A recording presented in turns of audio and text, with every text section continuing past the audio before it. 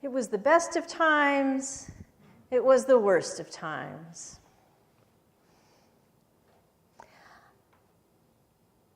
Does it sometimes feel that way? Does it sometimes feel like, what is going on in the world right now? How did things ever get this bad? And what if I told you things have never been better? Would that seem odd to you? Do you know that most crime is at an all-time low? That people have never been healthier? That looking objectively at data, things really are, for the most part, getting better?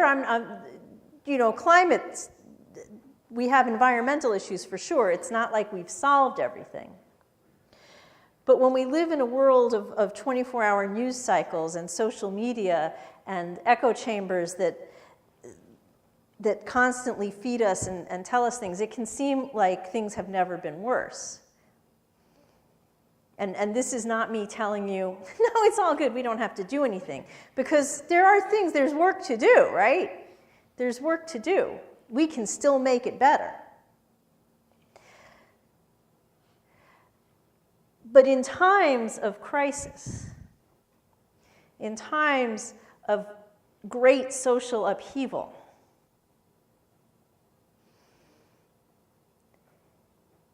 people turn to the cosmos and say, well, I don't know what to do here. God's just going to have to fix this. We need a cosmic overturning.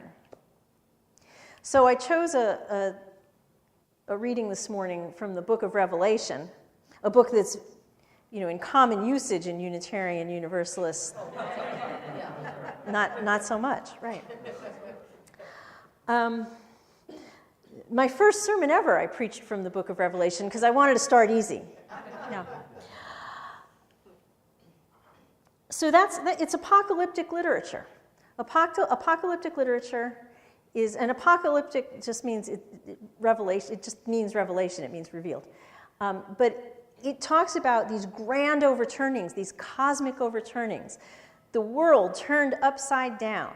And since we're talking about carnival and these times when people felt it necessary, or it was a release to have fools be kings and mock the kings and bring the kings low, I could think of no better text than something from Revelation. And then I had to pick which passage from Revelation, so I sent a poll out to some of my colleagues. So this is a photograph of a sculpture of St. Michael slaying the demon, Satan, that is outside of Coventry Cathedral in Coventry, England. Now, you might know Coventry from Lady Godiva, but do you know the story of Coventry Cathedral and World War II? Well, it was always St. Michael's Cathedral. It just happens that it's St. Michael's Cathedral. But Coventry was and is an industrial city. Well, it was more than up until the 80s. It's still somewhat. It's an industrial city. And so that made it a target during World War II because they were building tanks and engines and all sorts of things there.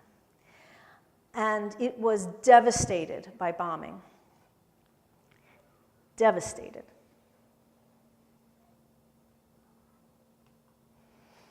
That's the original cathedral. You can see here the new cathedral, but this is the original cathedral.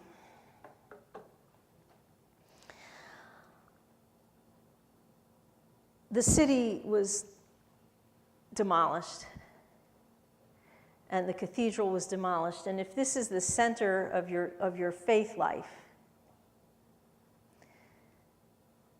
well, you can imagine what that does to people. And so when the cathedral was rebuilt, the building started in the mid-1950s, and it was completed and dedicated in 1962, the year I was born. So when I visited there, I felt a special connection to this cathedral in many ways. The winning architectural design had a big window that looked out onto the ruins of the old cathedral. They didn't knock it down. The ruins stand, and the new cathedral stands next to it as a reminder, the devastations and rising up out of the ashes. Hope lives. Hope lives, but sometimes when there is this much chaos and destruction in the world, we turn to these grand stories of Saint Michael defeating the dragon. And if you know the book of Revelation, I'm sure you've all studied it very carefully, right? That's in the middle of the story. That's in the middle. There's a lot that came before. There's a lot that comes after. This is just in the middle. This is just in the middle.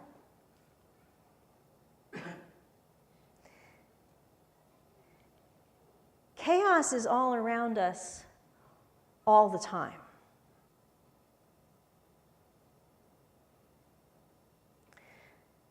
And we always have the option to throw our hands up and give into it. And to say, I don't know what to do. But another option is to say,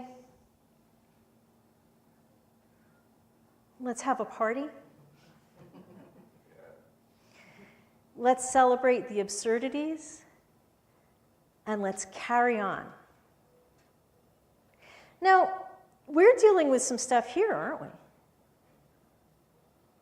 I was so proud of you. You found out recently what? This building hasn't caved in or been bombed, but we've lost our lease.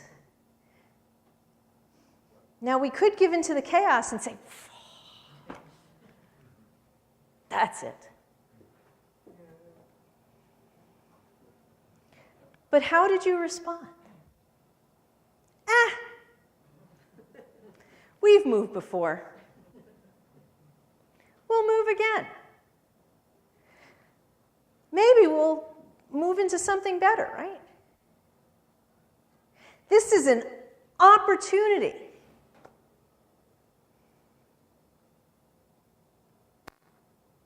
And I'm so proud of you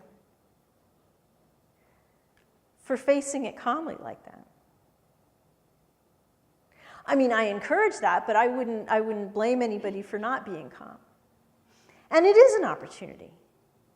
It is an opportunity. Who knows? Who knows what you will find?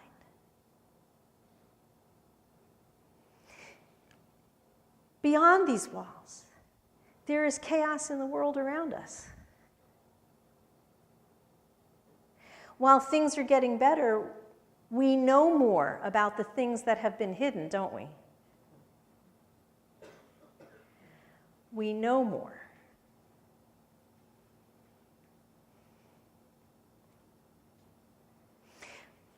I mentioned last week about living in Virginia and looking at the repercussions from the governor and the lieutenant governor and the attorney general and the Speaker of the House and who knows how many other white legislators in Virginia who've worn blackface. This isn't a new thing in Virginia. And, I have to say probably in Maryland too, right? But now they're being held accountable. Accountability is new. Did you know that I learned this somewhere a long time ago? It takes about 500 years on average to have true societal change. About 500 years. Well, 500 years ago, 501 and a half years ago,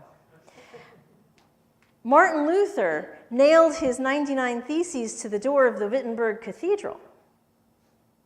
So we're kind of due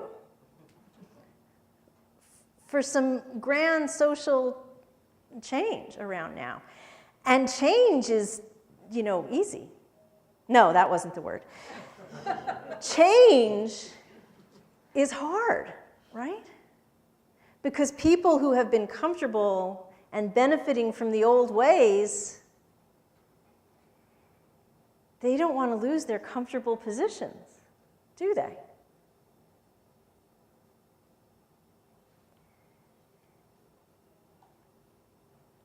And so it can feel like things are just falling apart everywhere. But I'm here to tell you, they're not falling apart everywhere. We are making a difference. And it's making people uncomfortable. Now, when people get uncomfortable, is it our job to gloat and say, nah, told you so? Because that's what people of faith do, right? No. Everyone is welcome at our carnival, yeah? Everyone is welcome in the party. The beloved community means the beloved community of all. The beloved community of all. And so we work to bring everybody back in. This is a sculpture that was a gift to Coventry Cathedral. I think it was, I want to say given in the 60s or 70s, but I could be wrong because I didn't make notes. And it's based on a scripture from Amos. So there's a plumb line dropped in this city, and it's an ideal city. It has elements from cities all over the world, and it represents humanity living together peacefully as one. Now, any science fiction fans here? You know, especially in older science fiction, when people would go to other planets and everybody's walking around in uniforms, essentially. This isn't that kind of living together as one. This isn't the science fiction of the 1950s where everybody on another planet is white and wearing silver uniforms.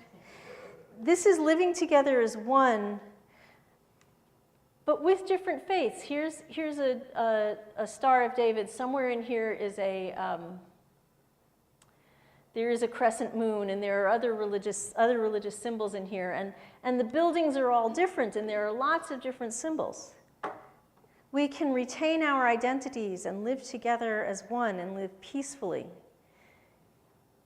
in a city of God, a city of the divine, in harmony with one another and with the holy. It's aspirational. We are not here yet, but I love this sculpture because it is a reminder of what we are working to achieve.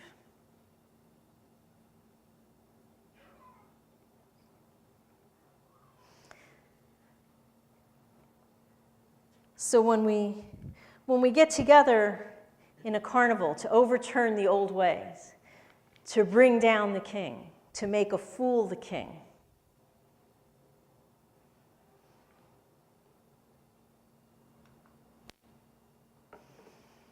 To put on our purple for justice, our green for faith, and our gold for power, because it's good to leverage our power.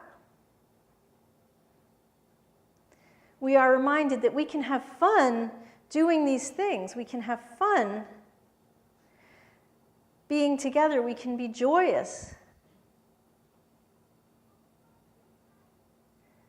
as we work to build the beloved community together. Do you want to build the beloved community together? Do you want to build the beloved community together? Do you want to have fun? Yes. I mean, I want to have fun. Do you want to go forth in joy? Yeah, I want to go forth in joy. We don't have to be sour doing this. We can celebrate. Let us celebrate this together. Let us celebrate this together.